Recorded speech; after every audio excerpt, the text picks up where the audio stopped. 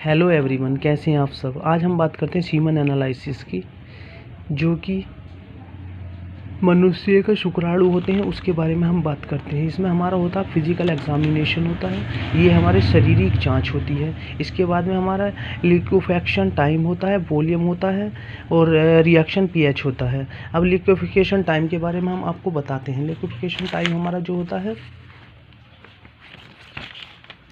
वीर्य में तरल होने में लगने वाला समय है। ये एक अवधि है जिसमें स्खलन एजाकुलेशन के बाद जेल जैसा वीर्य, इसका समय आमतौर पर 20 से 30 मिनट होता है। इम्पैक्ट ये 60 मिनट से कम होना चाहिए। अगर 60 मिनट से ज़्यादा है तो वो फिर हमारे शरीर के लिए अच्छा नहीं है। इसके बाद हम बात करते हैं वॉल्यूम की। वॉल्यूम हमारा रहता है 2.0 से 8.0 तक रहता है।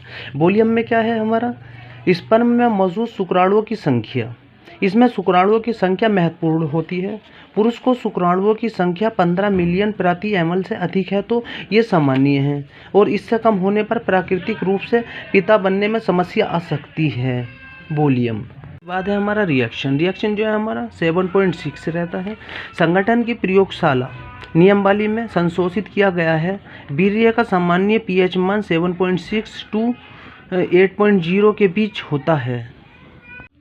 Microscopic examination sperm count. अब हम स्पर्म काउंट की बात करते हैं।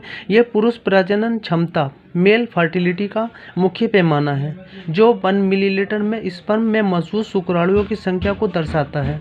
सामान्य स्पर्म काउंट 15 मिलियन से 200 मिलियन तक रहता है। हमारा होता है टोटल स्पर्म काउंट इजैकुलेट। ये होते हैं, इसका अर्थ होता है हमारा स्खलन वीर्यपात के दौरान निकले वीर्य में शुक्राणुओं की कुल संख्या, यानी कि कुल मोटिलिटी इसमें सामने आती है।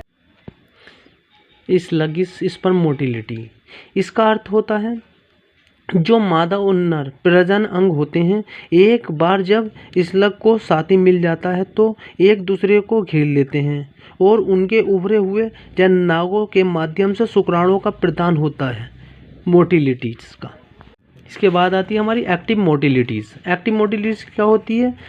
एक्टिव मोटिलिटी का मतलब कोशिका या कण जैसे शुक्राणुओं की खुद से हिलने ढुलने और आगे बढ़ने की क्षमता, विशेषकर प्रजनन या किसी लक्ष्य तक पहुंचने के लिए शुक्राणुओं की संख्या का। आती है हमारी नॉन मोटिल। नॉन मोटिल क्या का अर्थ होता है? ये गैर गतिशीलता, जिसका अर्थ है वह जीव या कोशिका जो हिलने ढुलने या खुद से गति करने में सक्षम न हो। नॉर्मल मॉर्फोलॉजी का अर्थ है शुक्राणुओं की सामान्य आकृति।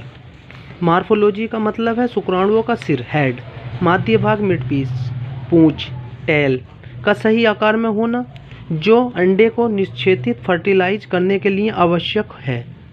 स्वास्थ्य शुक्राणु में एक चिकना अंडाकार सिर और एक लंबी पूंछ होनी चाहिए।